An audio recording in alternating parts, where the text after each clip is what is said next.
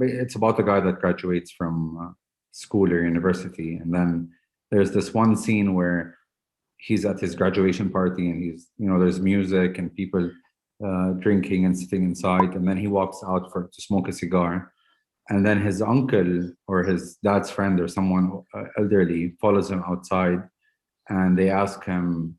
The guy asks him, he's like, "What are you planning to do with your future?" He said, "I don't know."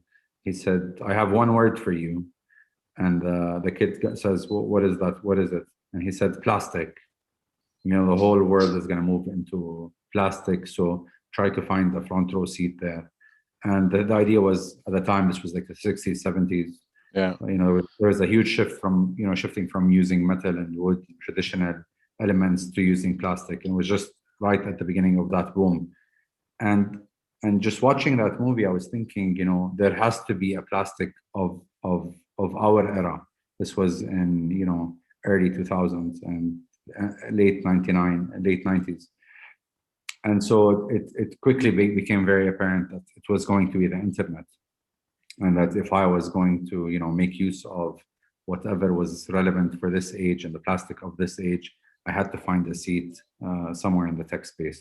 And that's what got me in. So was that something you were like initially thinking about, of what do I want to do? Was that sort of, do I want to do marketing, or after marketing, which direction do I want to go? So what kind of stage? Because probably at that time, I think we're the same age.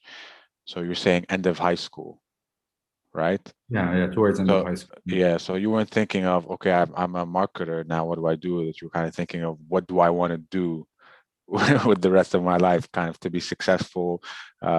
And at that time, I was probably thinking less impact. I think at this age, we think more impact. At that time, just be successful, kind of make more money, have freedom. Absolutely, my idea wasn't impact. Yeah, I was definitely not thinking about impact.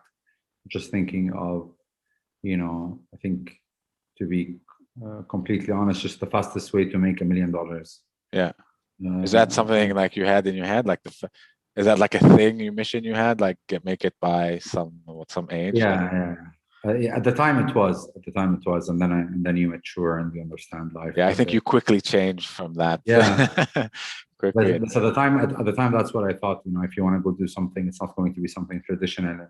And you see these people going into engineering, and to me, it didn't make sense. It was like this was the same. The same thing people were studying for the past 40, 50 years and just gotten oversupplied. And if you want to stand out and do something and excel at something, you don't want something that has too much competition. And I felt that tech space was just version. Just tech in general, sort of, or like what did you stumble into? What did you do? I'm not very familiar with the stuff you were doing before Careem.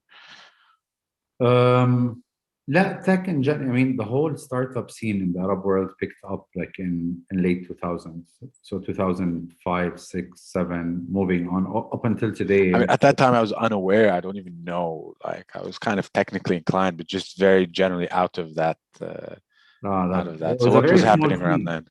It was a very small scene, and everyone knew everyone back then. But anyone with people would hear these stories about, people in the West making millions and billions off of tech. And there was like this intrigue, but there is no real proof of concept.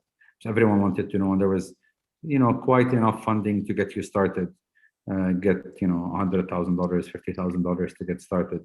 Now you hear startups with just ideas getting, valuations in the millions. And it's insane, but if you're in the right place, there aren't that many people that understand, all of the dynamics of how to put these things together. That's what being in this field for the past 10, 15 years has taught me. Yeah.